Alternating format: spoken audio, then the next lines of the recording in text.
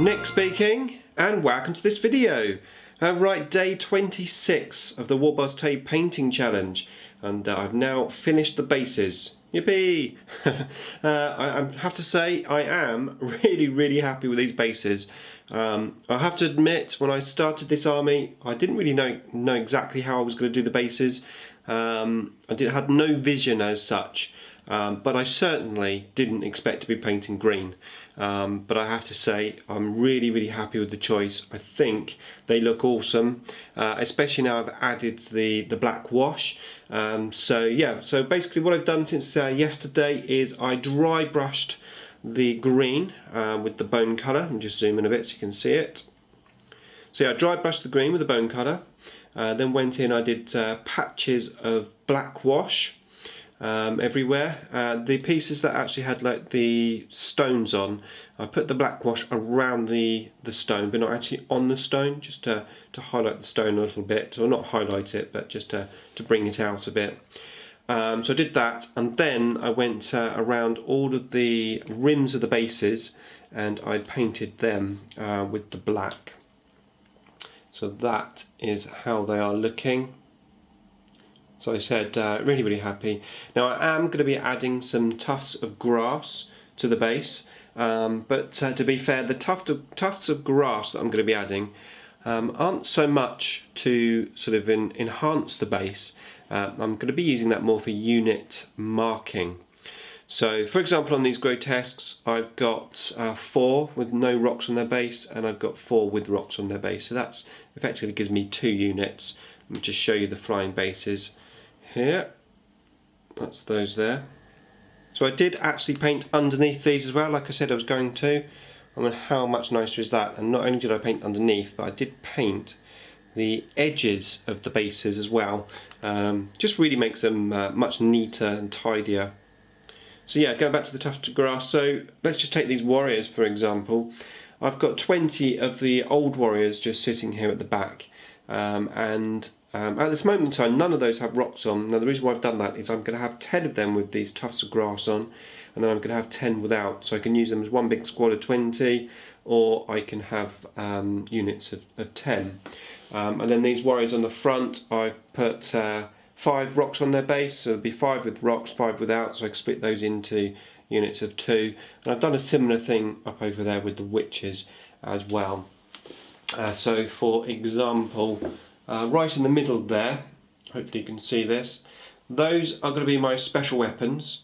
I've used a mixture of the special weapons, just that so they're not exactly WYSIWYG, but you know, whatever I'm playing, if I'm going to play one particular weapon, they'll all count as that weapon. And it's fine, I'm not going to be taking these to tournaments or anything. Those 3 on the right there have got stones on their base, and they split into those, so I've got 3 units of 5. And then those special weapons there have nothing on their base, and they split into 3 units of 5 over there. So I can have 6 units of 5, or 1 big unit, or units of 10. And like I said, I'm going to use the grass to help mark the different units along with those stones as well. So that is where I'm up to. Now, to be fair, apart from varnishing these and putting on those tufts of grass, I could actually say that I've finished this army, really, to be fair, because the only thing left to do now on my list is details, and those are just the extra things that I want to do just to make the army look, you know, a little bit better as such. But effectively, that's done. It's tabletop quality for sure. But I do have some time left, so I've been planning my last few days. I want to save 1 day for varnishing. And I want to save 1 day for putting on the tufts of grass. So that leaves me with 3 days left to do the details. So not that long, and I thought, as you know, I changed my detail area from week 3 into week 4, specifically because I didn't want to run out of time. Because I know myself, I'll try and make the army look as good as I can get it.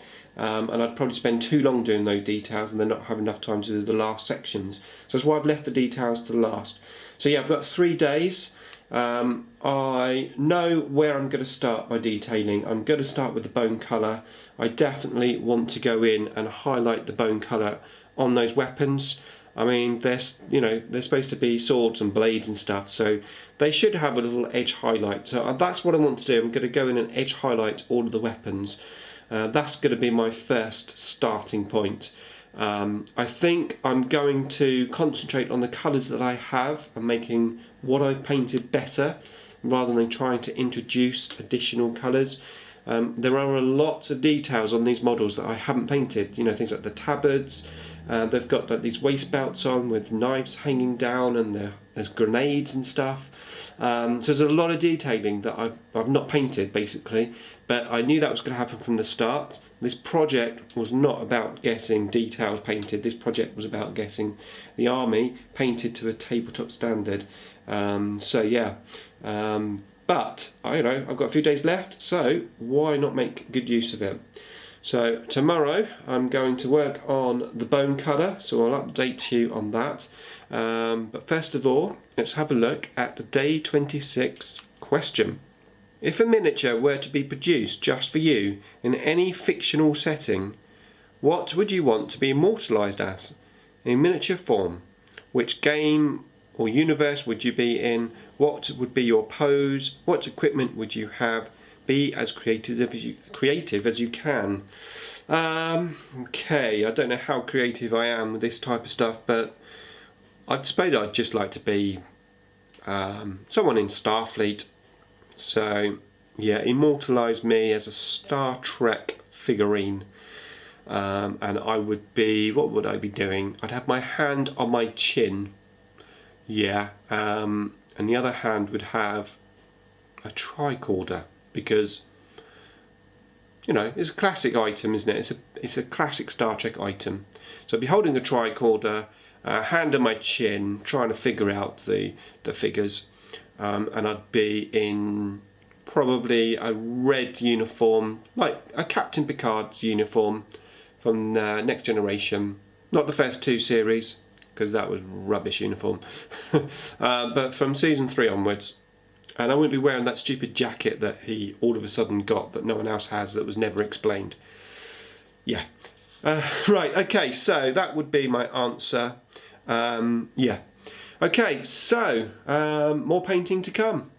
Thanks for watching.